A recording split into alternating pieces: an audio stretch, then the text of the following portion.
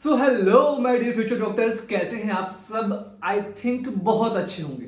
आप सभी का एग्जाम किस सिटी में है इस चीज को तो एनटीए ने बता दिया है और आप सबने देख भी लिया होगा।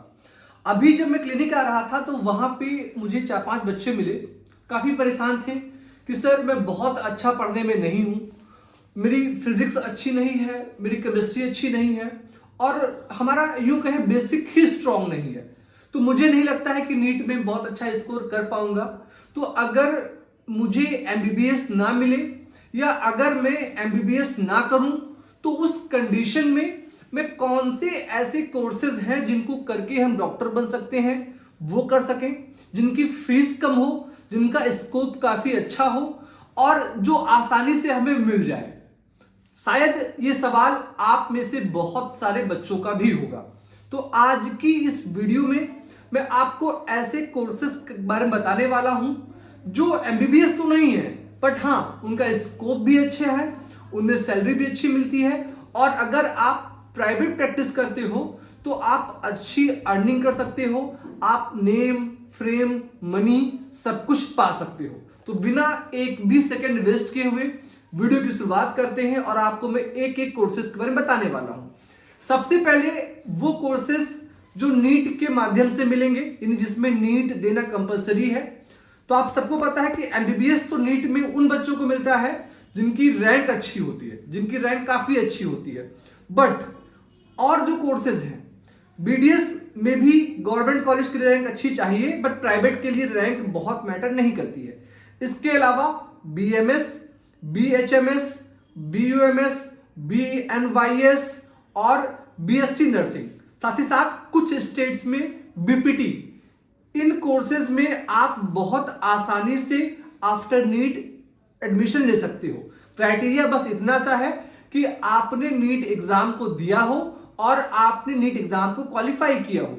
अब 720 में जो क्वालिफाइंग मार्क्स होता है वो लगभग 125-130 होता है जनरल के बच्चों के लिए, और 115 या 10 होता है ओबीसी या अदर बच्चों के लिए। तो आप अगर 125 से 30 नंबर ले आते हैं तो आराम से आप नीट क्वालिफाई कर जाते हैं। फिर आप BPT, BNYS, BSc nursing, BHMS, BUMS और बीएमएस, इन कोर्सेज में एडमिशन ले सकते हैं। इनकी गवर्नमेंट फीस काफी कम होती है, तो क्वालिफाई करने पे गवर्नमेंट सीट तो नहीं मिलेगी, बट प्राइवेट आपको मिल सकती है। प्राइवेट फीस बीएमएस की बात करें तो average fees 3 to 5 lakh per year होती है। बीएचएमएस और बीयूएमएस की कैटेगरी भी यही है। बीयूएमएस की एवरेज फीस 2 से 4 लाख रुपए पर ईयर होती है। बीएचएमएस की फीस लगभग 2 से लेकर 4 के बीच में होती है और बीएमएस की मैंने बता दी पहले ही। ऐसे ही वेटनरी और जो बीएससी नर्सिंग है, इनकी फीस भी समथिंग है। नॉर्मल 80% ऐसे कॉलेजेस इंडिया में है जिनकी बीएससी नर्सिंग की फीस 60,000 से लेकर 80,000 रुपीज पर ईयर तक होती है। आप मैक्सिमम 1 लाख मान के चलें, यानी कि आप आसानी से इन कोर्सेज में एडमिशन ले सकते हैं। बीपीटी की जो एवरेज फीस होती है वो भी लगभग 70,000 रुपए से लेकर 90,000 रुपए पर ईयर तक होती है। ये भी वेरी मतलब अलग अलग स्टेट्स के जो है अलग अलग कॉलेजेस पे वेरी करती है। आप किस स्टेट से हैं, आप अपने स्टेट के जो कॉलेजेस हैं जहां पर बीपीटी रन होता है या बीएमएस रन होता है, बीएचएमएस रन होता है, बीयूएमएस रन होता है या फिर बीएनवाईएस रन होता है, इन कोर्सेज की फीस पहले टैली कर लीजिए कॉलेज से पूरा बात कर लीजिएगा और उसके बाद आप एडमिशन ले सकते हैं। बात मैंने फीस की बता दी, अब बात आती है सर इनका स्कोप क्या है। तो मैं बता दूं कि एमबीबीएस के अलावा जितने भी कोर्सेज मैंने बताए हैं, इन सबका स्कोप भी डे बाय डे बढ़ता जा रहा है। आप सब देख रहे, लगातार हम अपनी फैमिली बात करें तो हमारे ही फैमिली मेंबर्स एलोपैथ मेडिसिन से ज्यादा वो कोशिश करते हैं कि वो आयुर्वेद की तरफ जाएं, योगा की तरफ जाएं, होम्योपैथ मेडिसिन यूज करें या किसी अच्छे फिजियोथेरेपिस्ट के पास जाके फिजिकल थेरेपी लें और वो back pain, cervical pain, osteoarthritis जैसी बीमारियों को ठीक करने का प्रयास करते हैं। ऐसे ही हेमीप्लेजिया, पैराप्लेजिया यानी जो पैरालिसिस होता है उसका भी सफल इलाज अब अलग अलग पद्धतियों में होने लगा है और लोग करवा भी रहे हैं। तो काफी अच्छा स्कोप रहने वाला है और अगले 2-3 सालों के बाद इनका स्कोप और बढ़ने वाला है। बात आयुर्वेद की हो, होम्योपैथ की हो या जो नेचुरोपैथी की हो, इनका कोई साइड इफेक्ट नहीं होता है और इनका जो है रिजल्ट भी काफी अच्छा मिलता है।